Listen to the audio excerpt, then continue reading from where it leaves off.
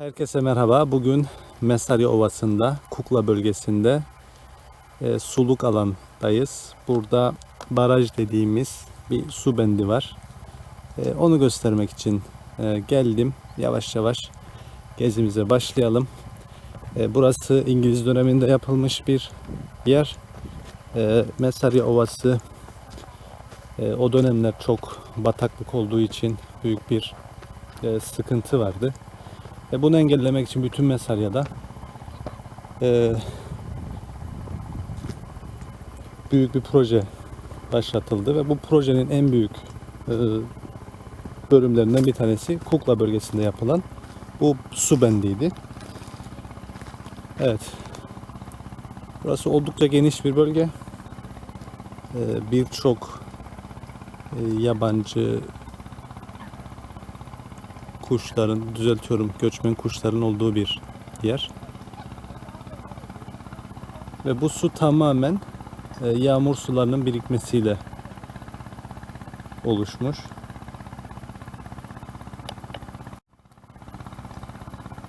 Tüm bu gölet yağmur sularının birikmesiyle oluşmuş.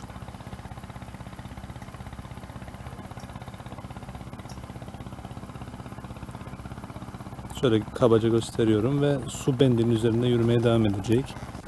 Burada kamışlıklar var. Eskiden Kıbrıs evleri yapılırken bunlar çatılarda kullanılan malzemelerdi. Tabii şimdi günümüzde kullanılmıyor kamışlıklar. Şu an bendin üzerindeyiz. Çok yüksek bir bend değil aslında. Yaklaşık 4 metre 5 metre maksimum yükseklikte bir bend. Ama suyu tutması için yeterli olmuş. Şöyle aradan gösterebiliriz. Şu an siyah bir kuş var kamışlıkların içerisinde. Ördeğe benzettim ama açıkçası bilmiyorum. Burası aslında turistik bir bölge değil. Ancak suyun dolu olduğu zamanlarda göçmen kuşlar geldiği için kuş gözlemcileri için çok önemli bir yer, zengin bir yer. Aynı zamanda çok güzel fotoğrafik görüntüler yakalamak mümkün burada. Bugün şanslı bir günümüzdeyiz. Hava da güzel. Yürüyüşümüze devam edelim.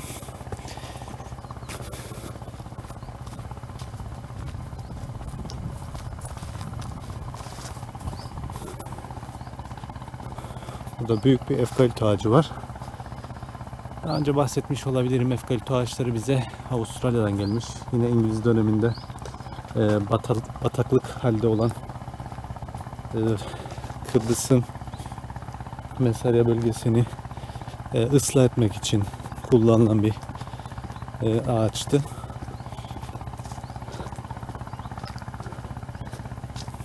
İngiliz döneminden önce, Osmanlı döneminde şimdiki Mausa, Lefkoşa yolu 4 mevsim kullanılabilen bir yol değildi. Kışları daha çok insanlar dağ sıralarından veya Larnaka üzerinden Mausa'ya gidiyorlardı. Büyük bir sıkıntıydı bu. Bunu engellemek için çok büyük bir proje oluşturuldu o dönem İngiliz yönetiminde. Ve projenin en büyük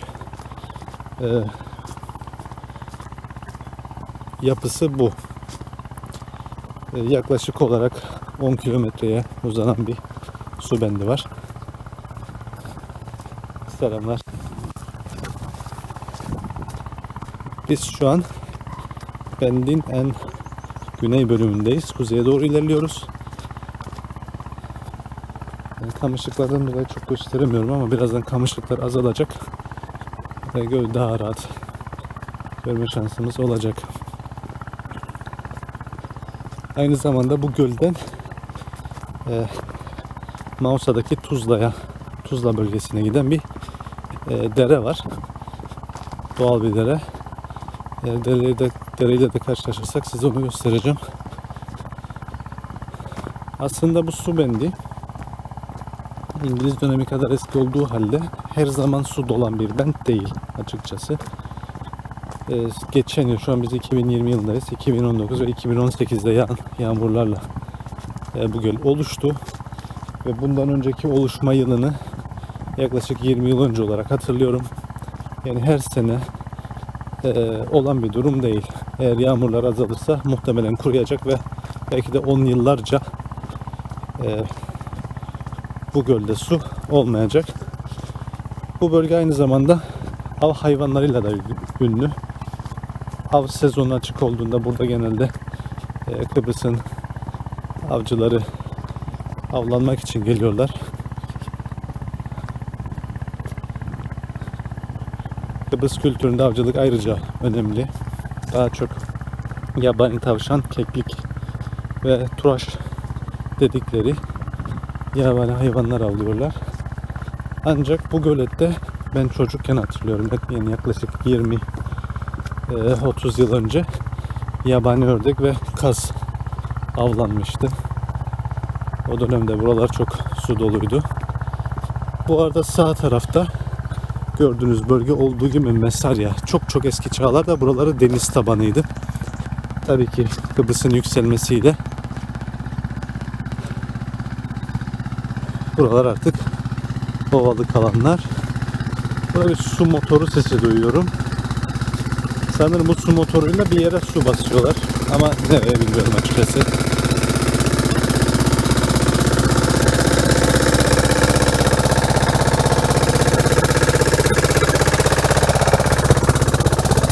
Burada güzel bir gözetleme noktası var. Evet. Evet, buradan bütün alanı gösterebiliyorum sanırım.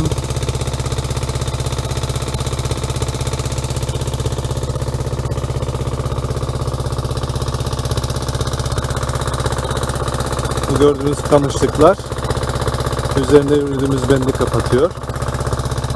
Önümüzde Baraj Gölü ya da Bent Gölü. Tam karşımızda efkalip ağaçları var. Çok güzel bir yansıma görüyorum.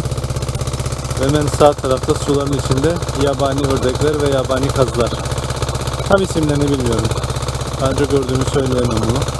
Ama buraya güzel bir objektifle gelip bu balıkçıl hayvanları çekmek, yabani hayvanları çekmek mümkün. Ben üzerinde yürümeye devam ediyorum.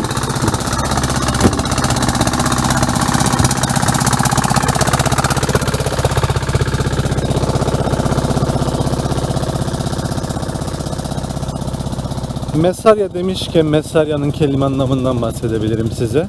Mesarya iki bölge arasında kalan yer anlamına geliyor. İki dağ arasında kaldığı için. Kuzeyde Beşparmak Sıra Dağları, güneyde Trodos Dağları. İki bölge arasında kalan yer. Kuzey Kıbrıs'ın, daha doğrusu aslında bütün Kıbrıs'ın en fazla tarım yapılan alanı Mesarya. Çok düzlük bir bölge. O yüzden tarıma müsait. Daha çok arpa ve türevi tahıllar yetiştiriliyor. Aynı zamanda hayvancılıkta paralel olarak gelişmiş. Bu arada burada bilgilendirici tablolar var. Bakıyorum. Evet. Raptors adres, yırtıcılar ve diğerleri. Muhtemelen Kıbrıs'ta yaşayan hayvanlar. Mesela delice doğan, balık kartalı, gökdoğan, tavşancıl, şahin, kerkenez, giksi. Evet, kerkeneze biz giksi diyoruz. Evet, burada yaklaşık 20-30 kadar kuş var. Bunlardan en ilginci aslında 18 numara flamingo.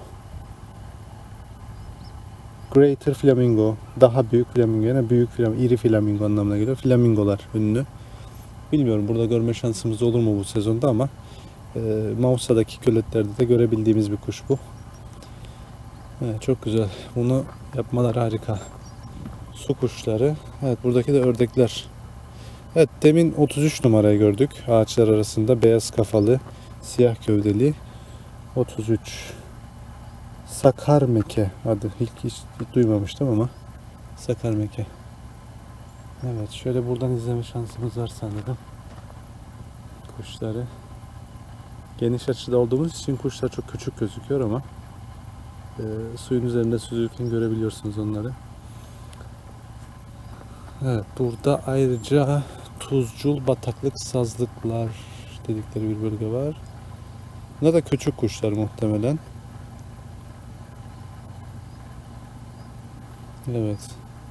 Avrupa Birliği tarafından desteklenmiş bir proje. Bilgilendirme kartları, tabloları çok güzel. Gerçekten kuş severseniz ve kuş fotoğrafı çekmek isterseniz güzel bir bölge. Evet, burada barajın çok ilginç. Baraj bendini aşan sular devam ediyor.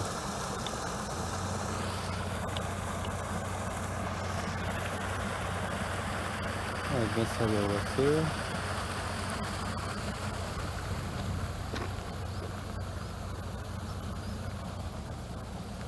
Evet, ben sizin için beni aşıp karşı tarafa geçeceğim. Biraz daha yürüyeceğim. İlginç bir şey görürse tekrar çekeceğim. Evet, bendin karşı tarafına geçmek üzereyim. Şu an tam su seviyesindeyiz.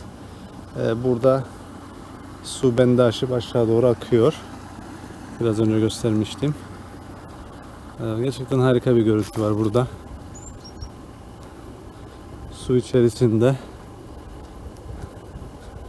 yüzen kuşları görmek mümkün. Çok harika bir görüntü. Bu arada burada balık da var. Aslında orijinalde, yani daha doğrusu geçmişinde balık geçmişi yok buranın. Çünkü sürekli bir su birikintisi olmadığı için, ancak su dairesi buraya balık yumurtaları bıraktı ve burada balık avlamak da mümkün. Bildiğim kadarıyla kefal balığı avlıyorlar. Balıklara konmasının sebebi buradaki sivrisinekleri ve lavralarını balıkların yemesi. Kıbrıs sivrisineğiyle çok ünlü bir yer. Yine Osmanlı dönemi, İngiliz döneminde sıtma hastalığı çok yaygındı. Sivrisineklerden bulaşan İngiliz dönemindeki büyük seferberliklerle ve o dönemin çalışkan insanlarıyla sıtma hastalığı neredeyse tamamen ortadan kalktı ve sivrisinek sorunu büyük oranda Kıbrıs'ta artık eskisi kadar sorun değil. Tabii ki o dönemin coğrafyası, dediğim gibi Mesele bölgesi çok bataklık olduğu için sivrisinekler için çok uygun ortamlar yaratıyordu bu. Yani bu su ıslahı projesi aslında hem çevre sağlığı hem çevre ekonomisiyle doğrudan bağlantılıydı. Bu arada biz şu an Şubat ayındayız. O yüzden her yer yemyeşil. Burada mesela Kıbrıs'a has bazı bitkiler var. Mesela bu gördüğünüz dikenli bitkiyi biz normalde yiyoruz. Bunun dikenleri ayıklanır. Gövdesi genelde nohuttur, börülcedir veya benzeri fasulyedir, baklagillerde yenilir. Çok da lezzetlidir. Yanlış değilse bunun adı kara ot. Çok bilgim yok açıkçası. Ama ben çocukken bunlardan çok yerdim. Rahmetli annem toplardı. Onun dışında bu gördüğünüz yoncalar var ve bu ekşilice dediğimiz yoncanın çiçeği var. Ekşilice diyoruz biz bunlara. Çocukken bunlar da çok yerdik. Elimiz çok kızardı ama yerdik, lezzetliydi yani. Evet. Efkalit ağaçları. Ben biraz sizi göl manzarasıyla baş başa bırakayım. Tam ileride beyaz renkte kuşlar görüyorum ama muhtemelen yaklaştırmayacaklar bizi yanlarına.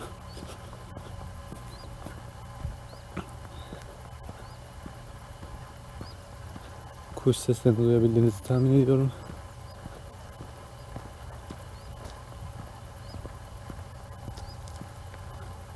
Buraya aslında kamuflajlı gelip kendinizi saklarsanız iyi bir objektifle de çok güzel kuş fotoğrafları çekebilirsiniz. Şöyle tam karşıyı göstereyim. Tam merkezde uzun boylu beyaz renkli kuşlar var. Muhtemelen bizi yaklaştırmayacaklar. Evet, burası güzel gözüküyor. Kamışlıklar. Kuş sesini duyabilirsiniz.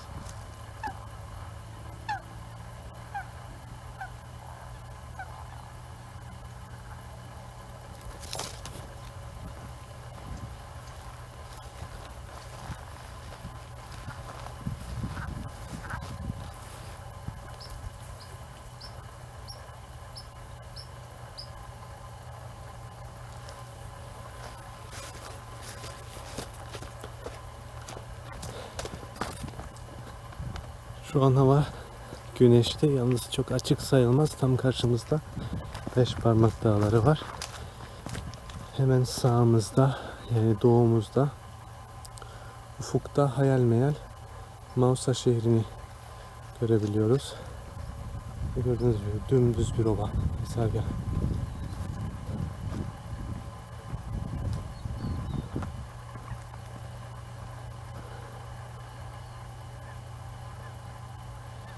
Evet arkadaşlar, ben videomu burada sonlandırmak istiyorum.